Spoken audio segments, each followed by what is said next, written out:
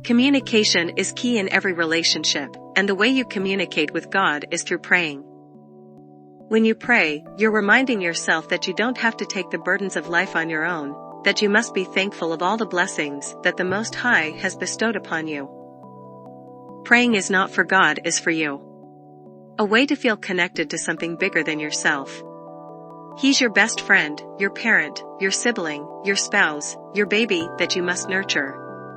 Because if you don't, he'll wither away. He's always there for you, waiting for you to say hi. Through praying, he'll show you what's really bothering you, what you hide from yourself, what keeps you tethered, what you need to heal.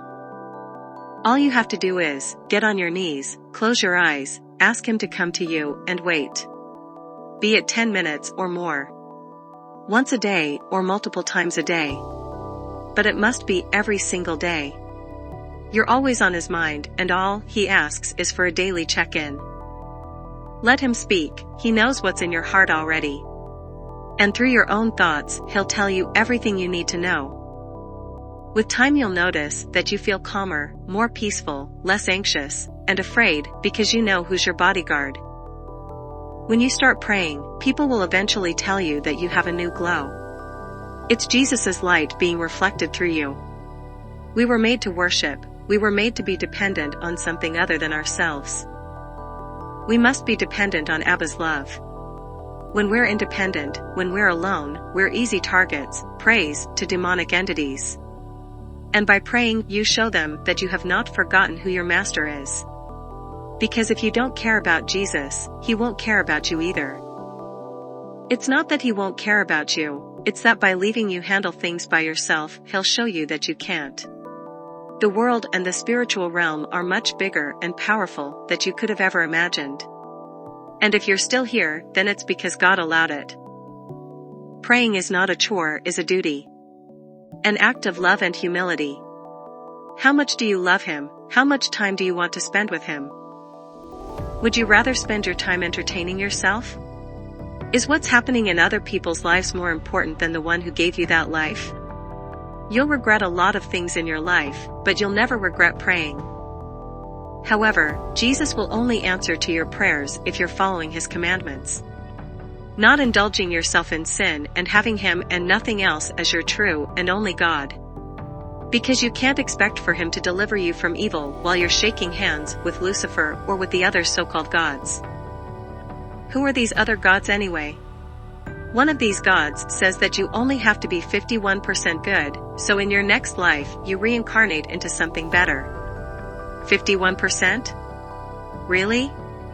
Doesn't it seem like a religion started by the devil, where you only have to be half good, so you don't have to worry about the consequences of your actions? 51%, which if you add up equals to 6, the number of man. And everyone knows where the number 6 comes from, right? 666, Lucifer's number. Anyone can do 51% of their job, but will that get you a promotion, or keep you employed? Doesn't seem like a very good company, does it? Everything that's not Jesus is related to the devil. Have you noticed that these other gods give you a lot of leeway, have you work with and be possessed by demons? Or force you to hurt other people? Like the god of money. You must be willing to lie, cheat, steal, and other things. And in the end call it just business. Lucifer has infiltrated into our culture in various ways. He knows very well that there are people who won't be willing to do evil. So, he created new ways to make people feel safe and good while they're doing it. He knows that there are things that God is not telling us, that we cannot explain right now. Like a good parent should do to protect their children. He's using our curiosity against us. But everyone knows that curiosity killed the cat. There are things that we're not supposed to know, and even if we did, we wouldn't understand them.